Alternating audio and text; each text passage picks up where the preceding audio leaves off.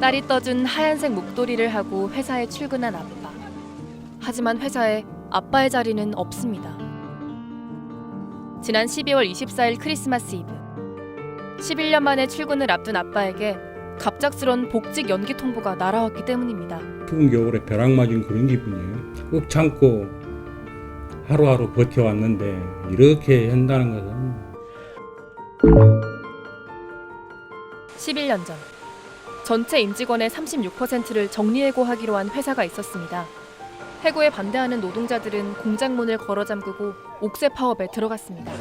노사의 대립은 극심했고 경찰 특공대가 파업 진압 작전에 투입되기까지 했습니다.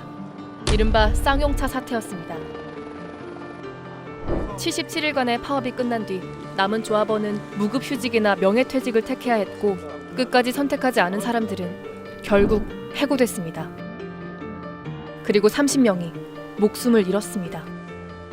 그 30명엔 해고자와 희망퇴직자 그리고 그들의 가족까지 있었습니다. 못난 남편 만나 고생만 시키고 마지막에도 빚만 남기고 간다. 어머니께도 죄송하다. 쌍용차 해고 노동자 48살 김모 씨가 스스로 목숨을 끊기 전 아내에게 남긴 문자 메시지입니다. 그리고 사측과 경찰은 파업으로 인해 손해를 봤다며 쌍용차 노조원을 상대로 손해배상 청구 소송을 걸었습니다.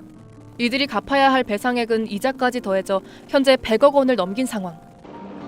게다가 쌍용차 파업 강경 진압을 청와대가 최종 승인했다는 것이 밝혀졌죠.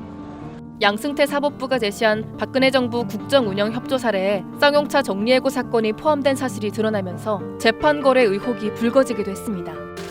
다행히도 2018년 9월 쌍용차 노사가 2019년 상반기까지 남아있는 해고자를 모두 복직시키는 데 합의했습니다. 쌍용차는 2018년까지 해고자의 60%를 복직시키고 나머지는 2019년 말까지 부서 배치할 것을 약속했습니다.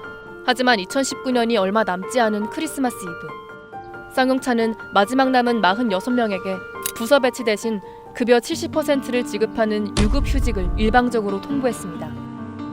복직을 눈앞에 둔 해고자들에겐 충격적인 소식이었습니다. 아빠가 다시 돌아갈 수 있구나 하는 그런 생각을 갖고 있는 자녀들이 얼마나 큰 마음의 상처를 또 받아야 될까.